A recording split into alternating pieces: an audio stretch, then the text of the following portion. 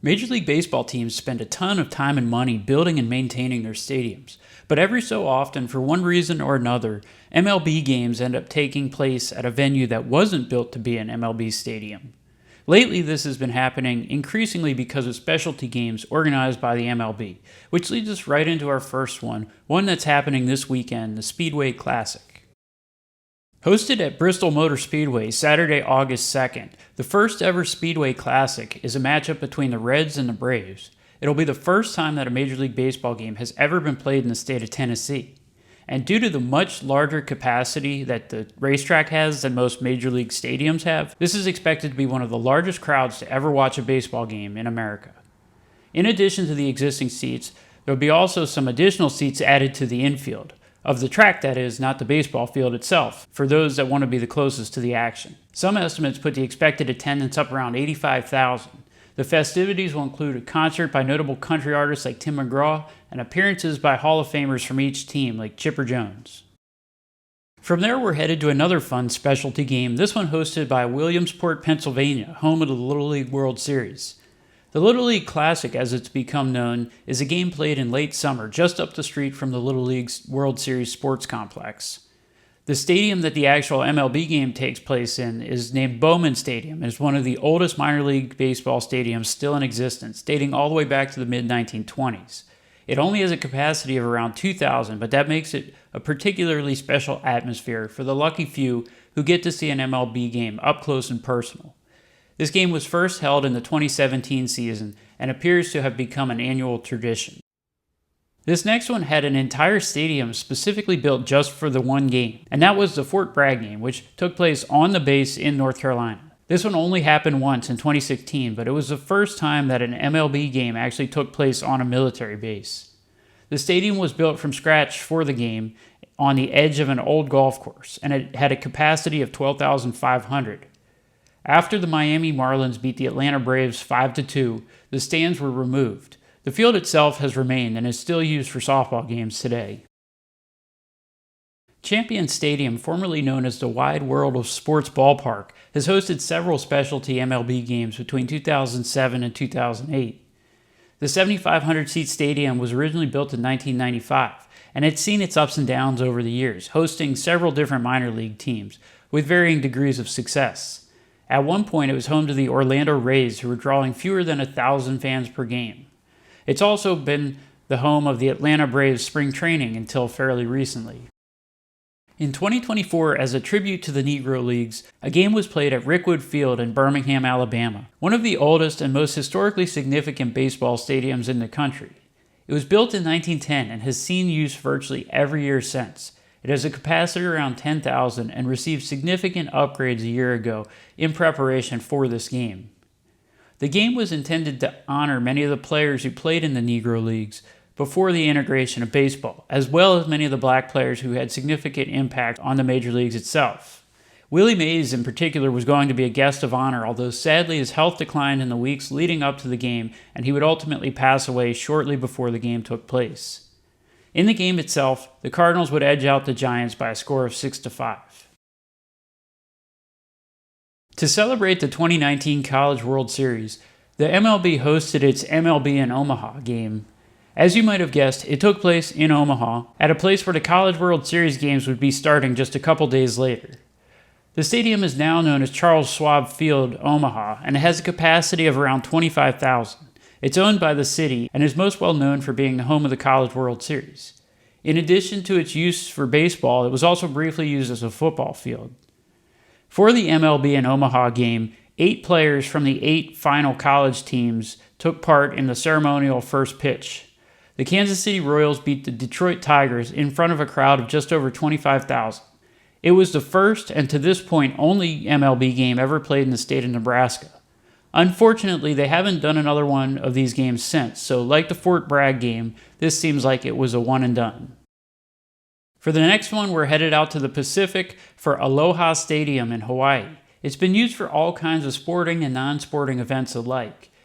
Although its capacity has changed over the years depending on its use and configuration, it could at its peak hold in the neighborhood of 50,000 people.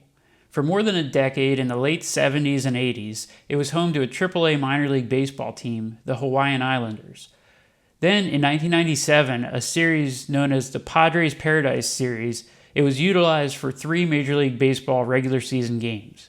The Padres took on the St. Louis Cardinals in a series that featured a doubleheader and then a single game the following day. The Cardinals took the first 2 games, but the Padres came back and won the 3rd game of the series. The stadium itself now appears to be reaching the end of its life, as it's seen minimal use since 2020. Demolition is expected to begin on it later this year, and a new, smaller stadium is going to be constructed nearby as a replacement. Now, up to this point, all the games on this list have been specialty games, intended to build ties between Major League Baseball and various communities. But these next 2 are actually taking place as we speak, and are being done for very different reasons than the specialty games. During Hurricane Milton, Tropicana Field in Tampa sustained significant damage, so for the 2025 season, the Tampa Bay Rays have been playing all their home games at Steinbrenner Field. This is the spring training home of the New York Yankees. It has a capacity of about 10,000, making it currently the smallest ballpark in Major League Baseball, and one of the smallest to see consistent use in recent history. Fortunately, or maybe unfortunately, the Rays are known for having one of the lowest attendance track records, so the small capacity doesn't seem to be as much of an issue as it could be for some other teams who are more in demand. The Athletics are another team that relocated for the 2025 season, but for different reasons than the Rays. They are currently in the process of moving to Las Vegas, but their stadium on the Vegas Strip isn't expected to be ready for another couple years. In the meantime, Sutter Health Park in Sacramento is their new home. It was and currently still is the home of the AAA Sacramento Rivercats. Like Steinbrenner Field, this field has a much smaller capacity than most Major League stadiums. But also like the Rays, athletic tickets aren't the most sought after, so it's probably not a huge constraint. These last 2 situations that I mentioned are kind of interesting because they show a significant change in the thinking of some MLB owners. Just a decade or 2 ago, the thought of playing an entire Major League Baseball season in a stadium that could only hold 10,000 people would have been laughed at.